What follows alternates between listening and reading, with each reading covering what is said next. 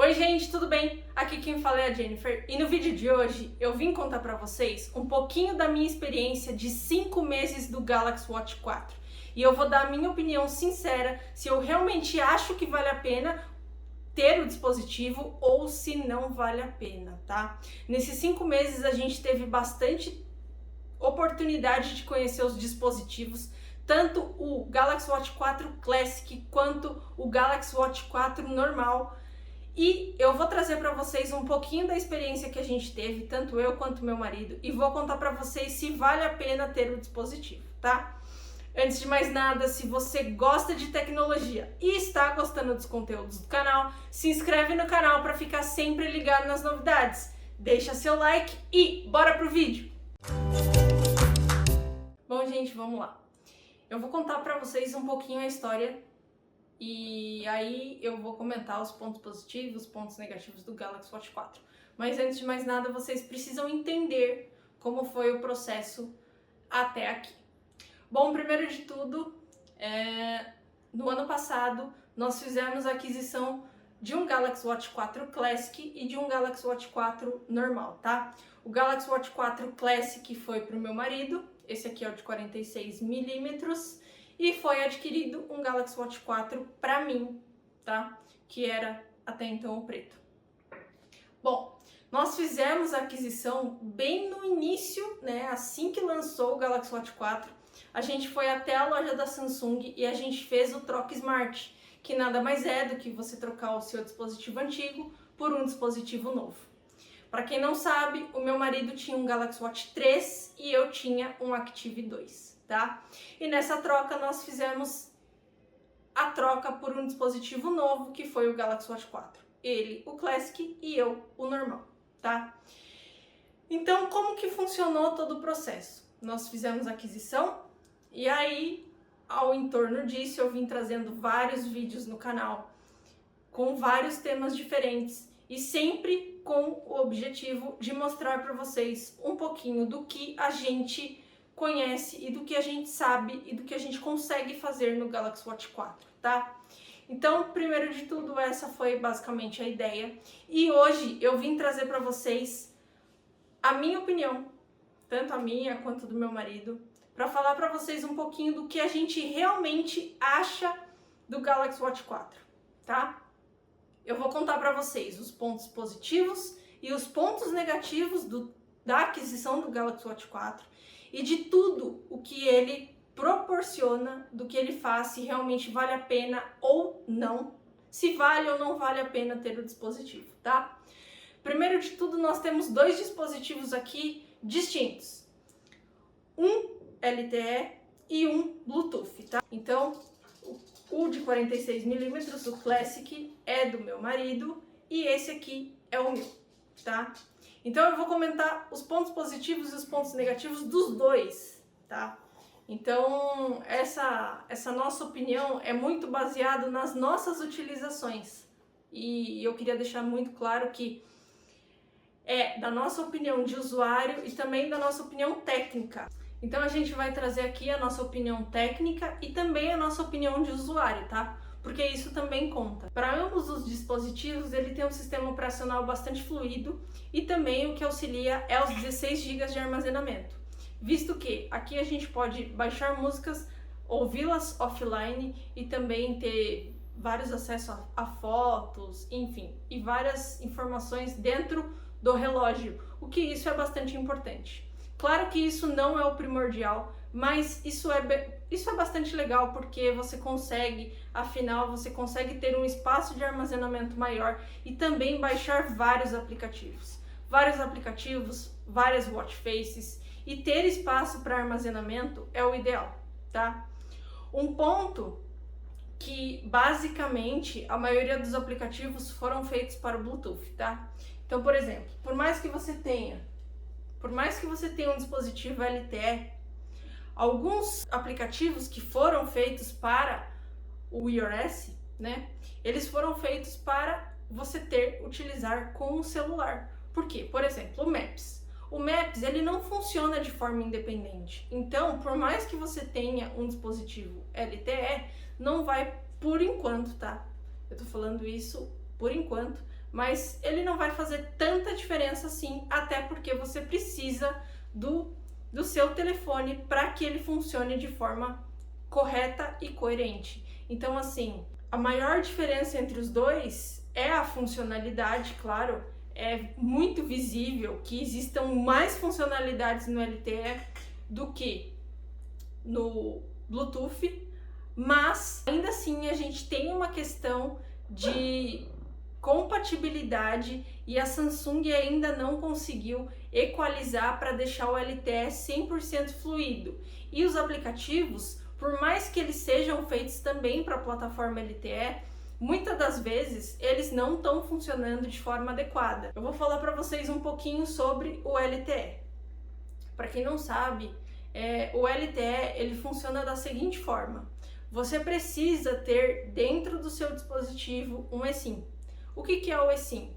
Na verdade, ele é um chip virtual, tá? Que você pode ou não colocar, tá? Isso fica muito a cargo de quem faz a compra ou do usuário que vai utilizar o dispositivo.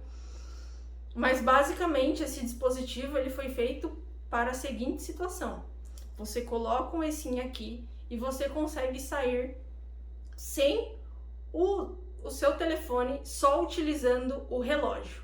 Mas agora eu vou te contar uma coisa que ninguém te conta, que nenhum vendedor te conta, e também eu vou te contar uma coisa que a maioria dos canais não te contam.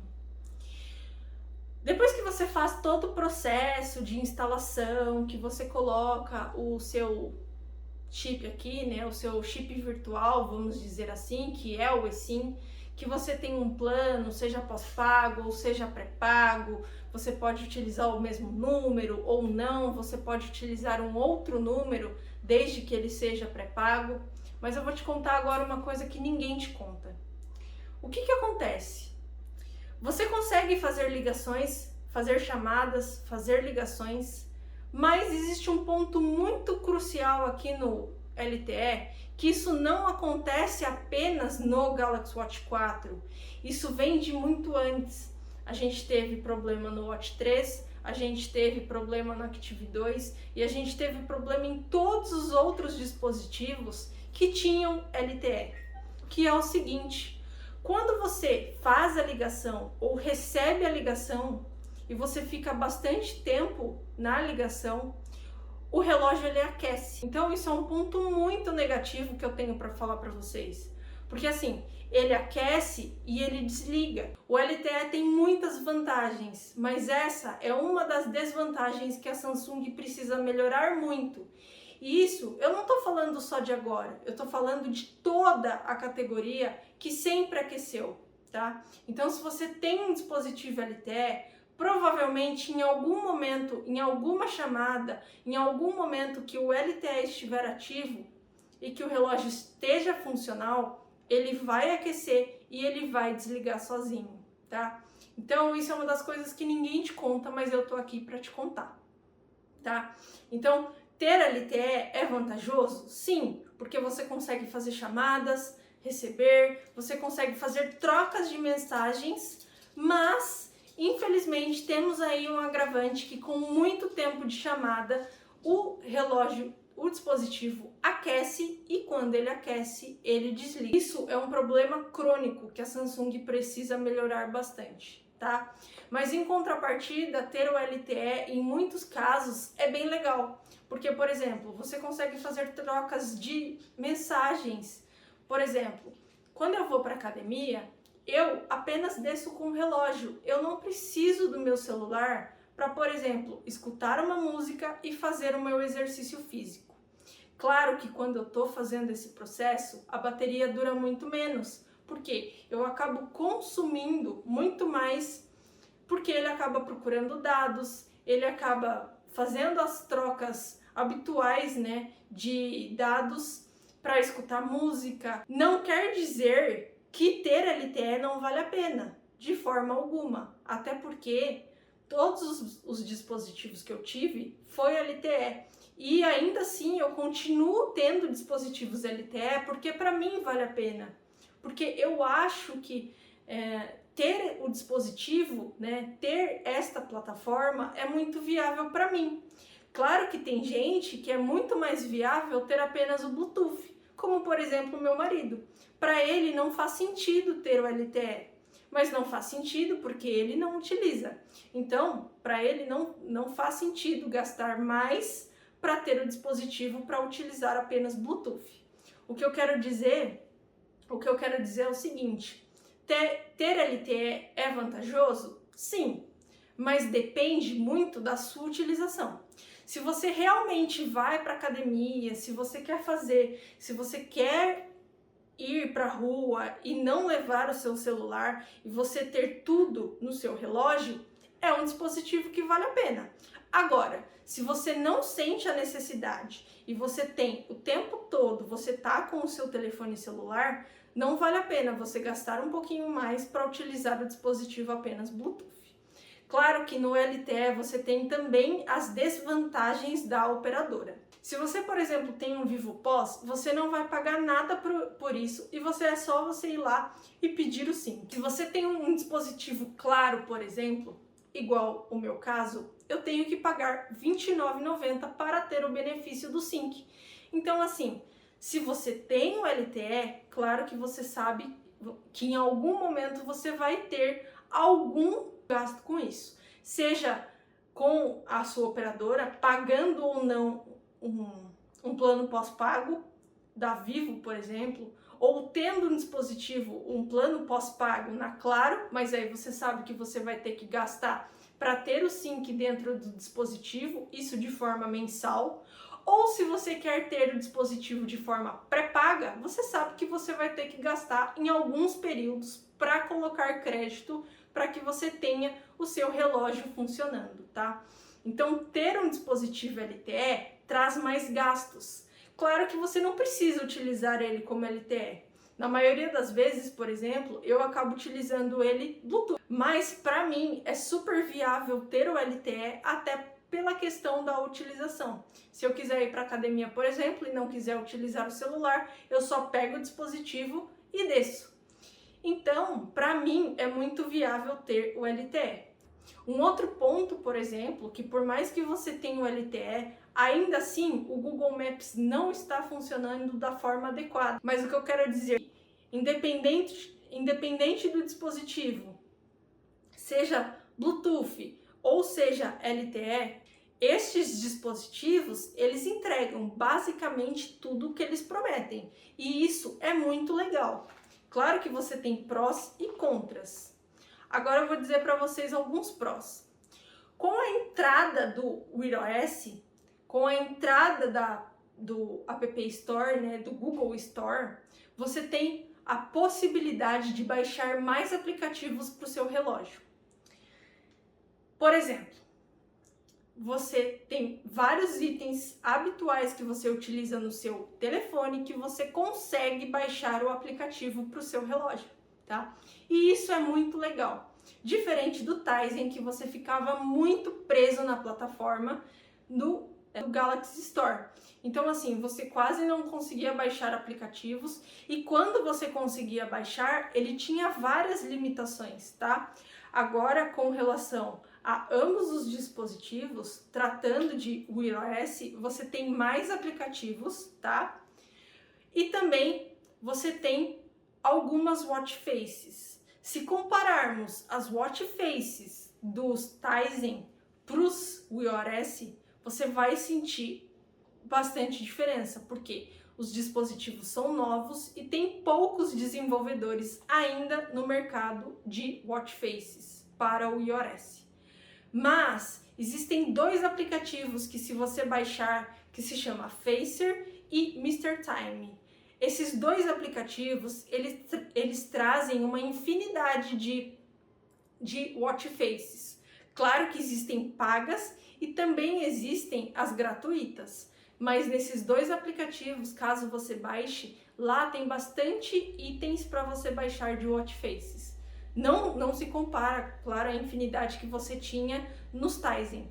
Mas os Tizen são dispositivos mais antigos e por isso eles têm muito mais watch faces e watch faces melhores, tá? Mas o iOS está no caminho e assim, vocês vão ver que à medida com que o dispositivo vá ficando mais tempo no mercado, vão existindo mais watch faces, tá?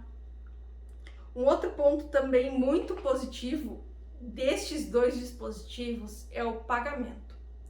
Existem duas formas de pagamento nesses dois dispositivos: Samsung Pay e Google Pay.